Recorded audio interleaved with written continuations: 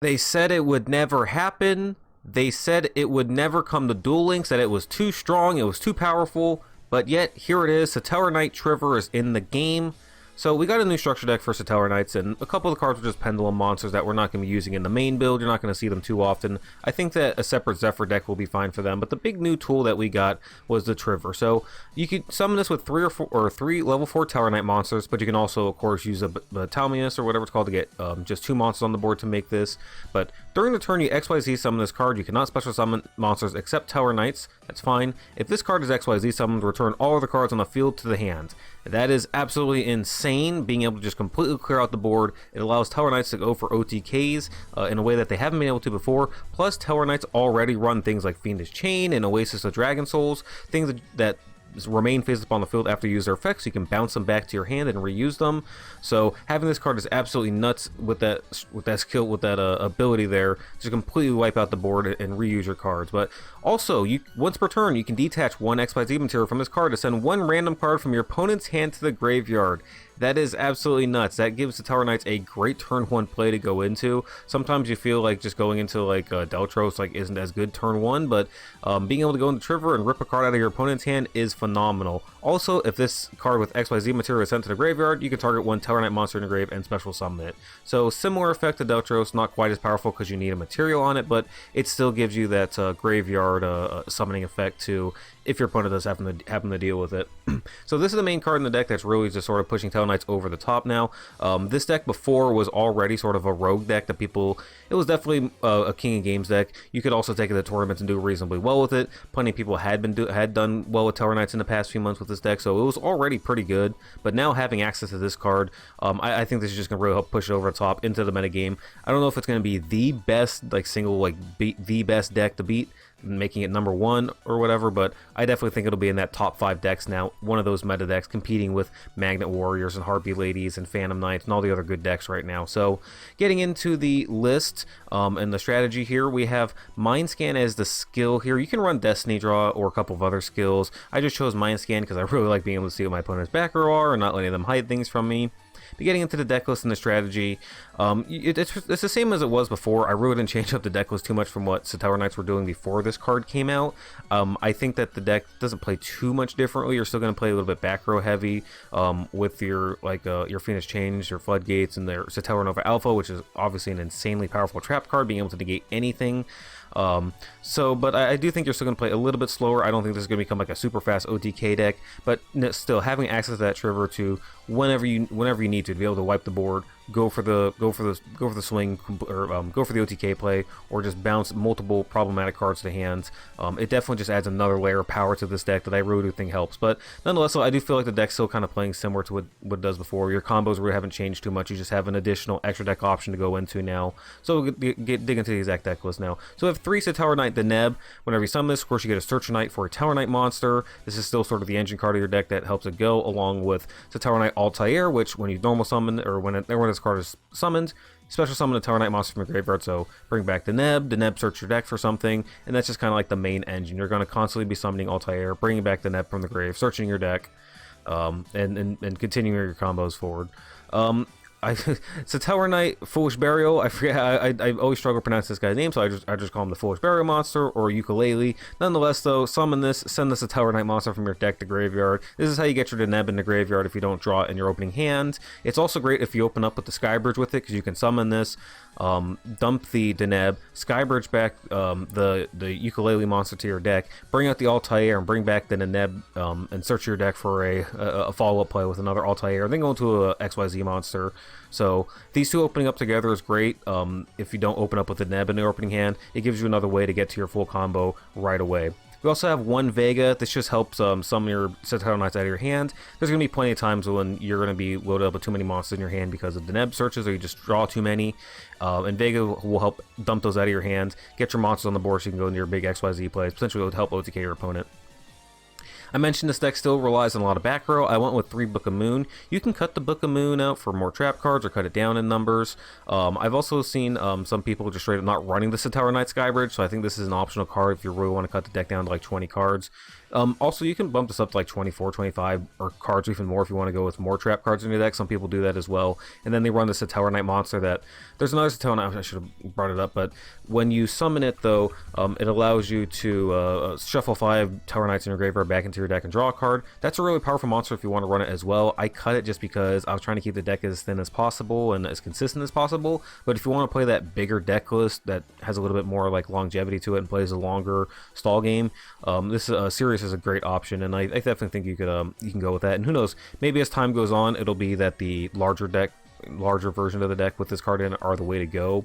We'll see how the mirror matches kind of play out with this deck over time, but right now I decided to go ahead and cut it, but it's still a great option if you want to go that way. So I mentioned the 2 Skybridge, really powerful card for getting your combos going if you don't open up with the right Tellarknight monsters. Also have 2 Fiendish Chain. Again, you can bounce this back to hand with triverr, making this extremely powerful. I decided to go with 2 Floodgate Trap Hole. If I were running a bigger deck list, I'd probably bump this up to 3, along with a Fiendish Chain to 3. Same with the Oasis, I probably could put this up to 2, but just 1 in this deck list for now. This is your Call of the Haunted for the deck. Target a monster in graveyard, special summon in defense mode. You bring back your Deneb, or you bring back your Altair, which then brings back your Deneb and searches. It's just extremely powerful. And this deck just has so much staying power, right? Your Deltros dies, you can bring back your Altair, then Altair brings back the Neb, and it searches for another Altair, and then the next turn you can XYZ with those 2 monsters, summon Altair, bring back in a Neb, search your deck again. It's like this deck just has so much to it when you get going, when you're able to get your monsters out, and Oasis just helps do that as well, because then you can go into XYZ plays, bring back a monster from the graveyard, summon, search, do whatever you need to. There's just so many little powerful things you can do with this engine. It's extremely fun to play as well. And then of course we have the 3 Tellarknight Alpha. I mentioned this earlier. Whenever a spell, trap, or a monster effect is activated, send the Tellarknight you control to the grave, negate the activation, and draw 1 card. A super powerful Omni Negate that can deal with any kind of card that's activated. Super powerful. This is one of the main things that helps this deck be what it is right now, giving a really powerful trap card to go along with all the other traps that you have to help protect your board. Alright, so for the extra deck, I'm running 2 triverr. I never summoned more than 1 copy of this guy, so I don't know, you might be able to cut this to 1. You honestly may be able to cut, if you're someone who only wants to get 1 copy of the structure deck, and you already have some of the other Tellarknight cards because you got them in the box when they came out, you could definitely cut this to 1. I've never summoned more than 1 copy, but I'm sure the situations will come up where you're going to need more than 1, but I think you could definitely get away with just 1 copy of this if you only own 1 copy of the structure deck, so just be aware of that. I also want to run 1 Abyss Dweller, 2 of the Ptolemaeus, 1 of the Deltros, and 1 of the Diamond Dire Wolf. I'm thinking about cutting the Diamond Dire Wolf for Malevolent Sin. I really like the Abyss Dweller. There's a lot of decks that use the graveyard or that Dweller does really good work against in this format, so I'm definitely going to keep the Abyss Dweller in here because it's really good, but I might cut the Diamond Dire Wolf for Malevolent Sin. Nonetheless, so these are both interchangeable, so, but yeah, no, again, the strategy of this deck is kind of the same as it was before. You're playing a little bit more back row heavy. You just want to, get out your Deneb turn 1, make sure you get it into the graveyard so you can follow up with your Altairs, or if you have the Skybridge, everything you can go into turn 1, that's great as well. Get into your XYZ plays, and again, have that turn 1 triverr to rip a card out of your opponent's hand now, or to bounce back like Fiendish Chains and Oasis is just so powerful. This deck is a lot of fun. Go ahead and dig into some of the gameplay videos. Okay, so first game here, we're up against the water deck, and we are unfortunately going second, which is really bad in this matchup. Anytime you got like 2 like somewhat back row, I want to say back row decks, but decks like water or harpies or Tellarknights, you generally want to go first in those kind of matchups. So him going first, he's going to be able to set up his Abyss Dweller here with the marksman under it, or excuse me, the heavy infantry under it, and 1 single back row. So we're just going to summon Deneb, search the deck for Altair so we can start to get combos going. That 3 back row, he activates the Abyss Dweller to pop my monster here. I guess he was worried about the Tellarknight Alpha, so that's smart. But as you can see, of course, at this point, we have we have our mind scan active so we can see what his face downs are. I should have at this point actually Book of Moon his Abyss Dweller so that we didn't take the extra 500 hit. We would still have mind scan active if that had been the case. By the way, we knew what he had face down, so Book of Moon the Abyss Dweller, flip it face down, summon the Tellarknight Alpha. We can bring back the Neb. This is going to let us search. He has the treasure trap hole, of course we know he does, but we have the Tellarknight Alpha. Again, we knew we had it because of the mind scan, so Then activate the Sky Bridge, bring out Vega. Vega's going to let us summon one of these Tellarknights out of our hands. We could still go into our XYZ play. So we'll summon the ukulele monster, ditch a Deneb just because. Now we're going to go into Deltros, and we can pop one monster, swing over another one, so we'll destroy the Abyss Dweller, swing over, and we still have the Satellarknight Alpha in case he has a follow-up play, and he doesn't, obviously, so we win the game at that point. But even if he did, again, the Satellarknight Alpha can negate his effect, send our monster to the graveyard, and we'd be able to summon Altair back from the grave, bring back the Neb, search our deck again, so it's just like that constant loop of monsters that can be very difficult for decks to deal with. Okay, so we have a Mind Scan match here, both decks using Mind Scan.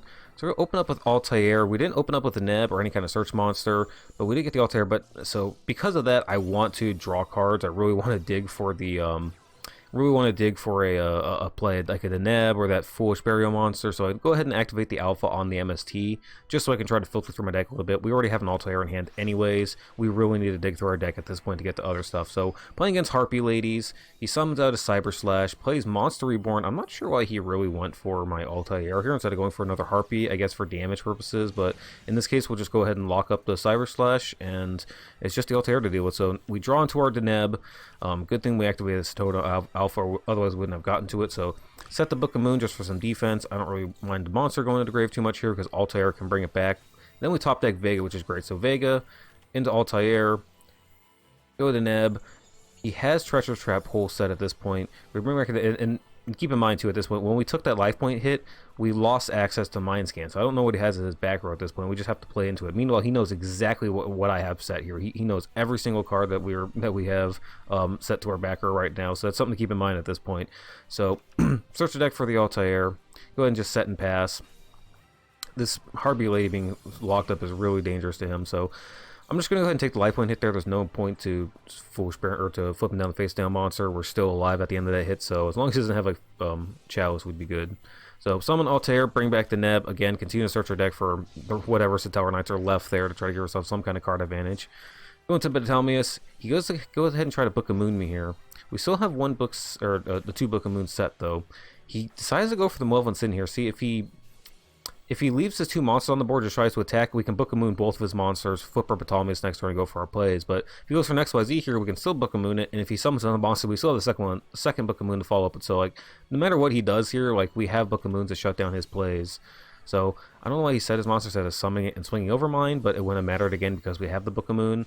But at this point, we can summon, go for the Triverr, bounce everything back to hand, including our Phoenix Chain, so we can reuse it. Triverr's gonna detach to take out the last card out of his hand. It was a Harpy Harpist though, so he gets to search anyways. But again, we're gonna reset all of our backer right back to the field, and at this point, there's just not much he can do. We have 3 set cards, a XYZ monster on the board, plenty of protection. He just doesn't have enough to overcome all that. Made a little misplay there. I didn't have to summon the ukulele monster before I activated the Triverr's effect. I could have summoned and done a little bit extra damage, but it's those little misplays that can cost you game. Fortunately, it didn't cost us the game here or in the last one. Those little misplays, but those are those tiny little details that can definitely cost you games if you misplay though. So be wary of that. Obviously, I'm making some mistakes here, so don't make those same ones as you're playing. Okay, so with this one, we didn't open up with any monster whatsoever, so all we gotta do is just play back row and just play safe. Playing against Witchcrafter here, he brings up the Madame Vare.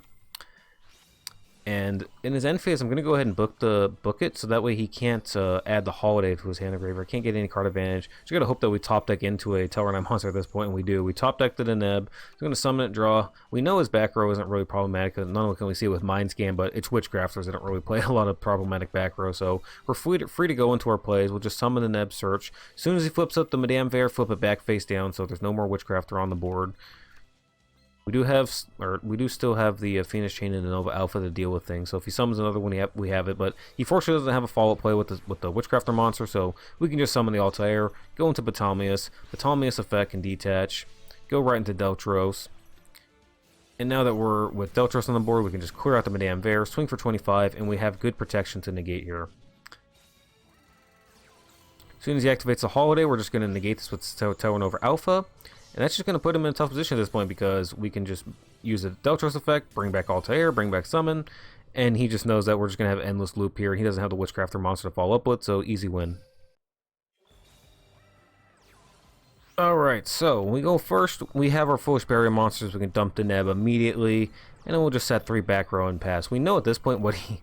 this game, yeah. This game was just, oh my gosh, so annoying. Alright, so at this point we know what his back row is. So Satellarknight Alpha is Jelly Cannon. Bad aim can't actually negate the card that it, or can't destroy the card that's activated. It has to destroy another card on the board, so... Summon the monster here, we go ahead and Foolish Burial it, knowing that he's probably going to bad aim our face down. Totally fine. We'll summon Vega, special summon Altair here, bring back the Deneb out of our graveyard. Deneb's going to search our deck for another Altair. And at this point, he just has problematic monsters to deal with. He has this weird Hammerhead monster. Anytime it's battled, it's not destroyed, or the monster that battles it's not destroyed, it gets bounced. So I got to worry about my XYZ monster getting bounced back to the deck because of this Hammerhead monster. And he summons a Wolf Blader monster, another thing that destroys things that it battles. So, fortunately, we have trap card. I probably should have brought back the Neb there just to get a search, but Ptolemaeus, just for protection. Either way, we can go ahead and summon the Neb, bring back the, or excuse me, summon the Altair, bring back the Deneb. At this point, we just kind of like, recognizing that his monsters, like his Hammerhead will just bounce back my extra deck monsters to hand, or to the extra deck. I can just summon my other Tellarknight monsters, swing over this, get them back to hand so I can reuse their effects. So I'm going to take advantage of what he has on his side of the field. He's going to once again clear out my board, or my monsters anyways, and both of us are just sitting on Floodgate Trap holes. Again, we can see his back row the entire time this is going on. So we'll summon the Altair again. We know he has the Floodgates we got to deal with. We'll summon the Neb. The Neb's going to search our deck again. We know he has a Bottomless to deal with as well. So at this point, just set another back row. I'm kind of surprised he didn't Bottomless to the Neb, but I mean, it's not too hard to get another one in the graveyard, right? Again, he's just going to keep on swinging over his monsters, but we have all 3 Altair in hand, so we know turn by turn we're just going to constantly be able to dig out Tellarknight monsters out of our graveyard, get effects. At this point, he activates Soul Taker and takes out our monster. This was an insane game, turn 13. So we're going to summon the Altair and try to bring back the XYZ monster, just being able to go for damage. I decided to go ahead and Book of Moon monster at this point. He's running so low on resources now that my Book of Moons feel more useful as protection cards and trying to just negate his monster's effect, especially that we still have a Fiendish set. So go ahead and utilize that here, Fiendish his monster. We can now put both of our things in attack mode, begin swinging over his field, taking things out. Once again, the Hammerhead bounces our monster back to hand, so we'll use the normal level 4 instead of the XYZ to swing over that. Then at this point, bad aim again, can't destroy the thing that card effects actually being activated, so he can't destroy the Deltros here, so he's a Deltros to pop. He's going to go after our back row. We know that it doesn't really matter at this point because we just got to make sure we finish him next turn. We have the Floodgate set, we have Deltros on board, which we can use to destroy cards inside of the field. We have the monster to follow up with. At this point, it's GG. Not much he can do. So here we go, able to pop his monster, swing for game. He knows that, yeah, this was an annoying game to say the least, though, against this deck with all those like DD Warrior Lady-esque effects. Just for quick reference, this is the deck list that the guy had. I don't know about the Soul Takers, but I wouldn't mind trying some annoying deck out like this with the DD Warrior Ladies and this kind of nonsense. So I don't know. Let me know in the comment section if you guys want to see me try out this this piece of work here.